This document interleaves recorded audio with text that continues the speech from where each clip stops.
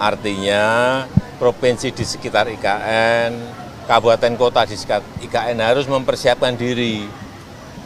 Misalnya urusan suplai untuk sayurnya dari mana, suplai ayamnya dari mana, suplai berasnya dari mana. Kalau nggak cukup, berarti harus ambil dari provinsi lain. Tapi kalau bisa mestinya disiapkan dari Provinsi Kalimantan Timur sendiri, didukung oleh kabupaten di sekitar Ibu Kota Nusantara, baik buah, baik sayur, baik beras, dan bahan-bahan pokok lainnya, sehingga betul-betul memberikan manfaat ekonomi pada masyarakat. Tetapi kalau kita lihat growth, pertumbuhan ekonomi di Provinsi Kaltim, silahkan tanya Pak Gubernur Kaltim nanti.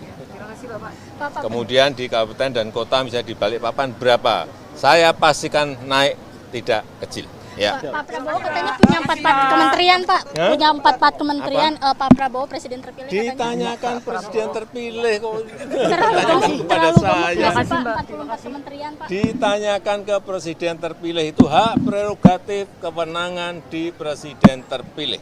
Ya, karena sudah diberi mandat, diberi amanah oleh rakyat. Ya. Download Tribun X sekarang, menghadirkan lokal menjadi Indonesia.